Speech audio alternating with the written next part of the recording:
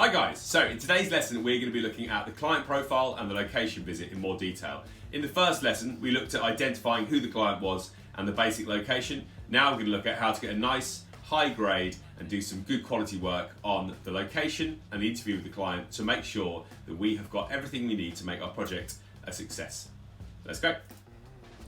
So, as you can see, here's the first page with the introduction that I usually do. So, I've taken the mark scheme again from AQA so we can see what it is we're trying to achieve. So, the section you're trying to prove that you've done is highlighted in red. So, a user or a client has been clearly identified and is entirely relevant in all aspects of the contextual challenge. The student has undertaken a comprehensive investigation of their needs and wants with a clear explanation and justification. Again, that keyword justification coming up again.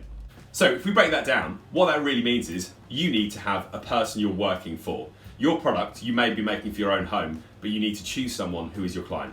So let's say you have a teenage sister and you are often mixing up your shoes and other items in the hallway with that person. Instead of you saying you're making it for yourself, you say you're making it for your client, who is your sister. Now, it's in your parents' house, so to get a really high level, you can interview two people. You can have the perspective of your parents in terms of what they require for this product and what the problem is as they perceive it, and the perspective of your sister or brother or friend on what their perspective is of the situation, what they want it to look like, how much they'd be willing to cost, its primary functions. You can see examples of the questions coming up in a minute. This client is someone you're going to refer to constantly. You're going to need their support and their feedback all the time. When it comes to evaluation, going back to your client and seeing if you've met their needs is one of the highest marked sections in the evaluation. You will also want to refer to their input when you're doing things like initial design ideas. Take the ideas back to the client and have a brief piece where you say to them, so far, which of the ideas do you like the most and which direction do you think I should carry on with? So please make sure you find the time to choose a client who is a real person that you can interact with freely. Okay, so if we look at the top rung of the level ladder here, you can see what you need to do to get a high mark. You need to conduct a detailed interview with your client that's relevant to what you're doing. You need to photograph the intended location of the product as well as any associated items to be stored in it.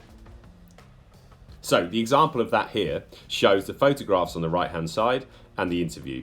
Try and make the photographs clear that there is a problem. So for example, this student has shown a cluttered mess of cables on the floor to show that the problem is there and they'll have to solve it.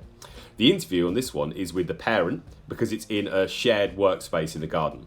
So the type of questions we've got here are, what, if any, designers would you be inspired by? What's the price range you're going to work to? Any particular material requirements? The functionality, etc.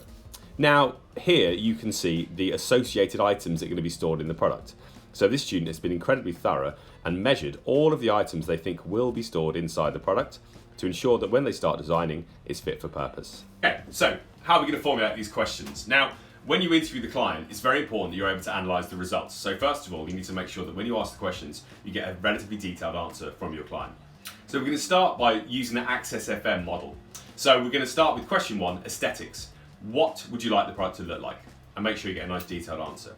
Question two, cost. How much would you be willing to pay for the product? Now, try and get an answer that's got some detail. So for example, they could say between £30 and £50 because I've researched similar products and I've seen that they're available within this price range on the internet. Okay, now in Access FM you also have customer. The customer information is all coming from this interview, so that question doesn't need to be left in. Environment. Okay, so you may have an answer that is environment. Are there any particular environmental issues that you're concerned about? If the person just says no, it's going to make it quite hard for you to answer the questions and analyse them and get the high enough mark in the overall NEA because the environment is really important in the mark scheme that you've shown that you consider environmental issues.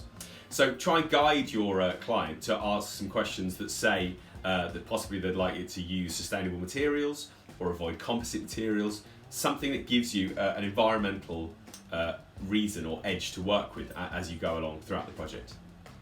Size, very important. Now they don't need to give you exact dimensions of what you're doing, but it would be good for them to tell you where it's going to go. So it's going to go in a hallway, so it needs to be narrow, it needs to hold shoes up to size 12, it needs to hold games, so we need to know the size of the games, it needs to hold a PS4, so we need to know the size of the PS4, They can give you indications of the size. It's your job as a designer to come up with the specifics of that later. Safety. Now, there may not be many safety functions, but you might need to consider if it's in a house with younger children, no sharp edges. If it's for electrical items or it's a light, it might need to be pat tested. So try and get them to put in some comments about the safety of the product. Function, probably the most important question. What is the primary function of the product that we're designing? And they may also like to suggest some additional functionality. So for example, if it is just this short shoe storage area, but one of the problems is that the shoes can get quite dirty, perhaps it could be shoe storage that could have a removable boot cleaner or something attached to it. So they could suggest additional functionality that you can consider as you go along. And finally, material. So they don't need to dictate to you exactly what the materials are, but they may have an indication of what they like, which ties back into the aesthetics. So for example, it would need to be wipe clean, because it's going to have dirty things in, so it could be cleaned. Or they could say something as simple as, I like products that are made out of wood or have a natural timber finish. So those questions, sort of starters, are there on the screen. Hopefully that's been useful. The photograph of location you can see in the example, and hopefully that's relatively straightforward. I'll be making another video soon, and there are a couple of links at the bottom to some of my previous videos that you might find helpful as you're working on your NEA. Cheers!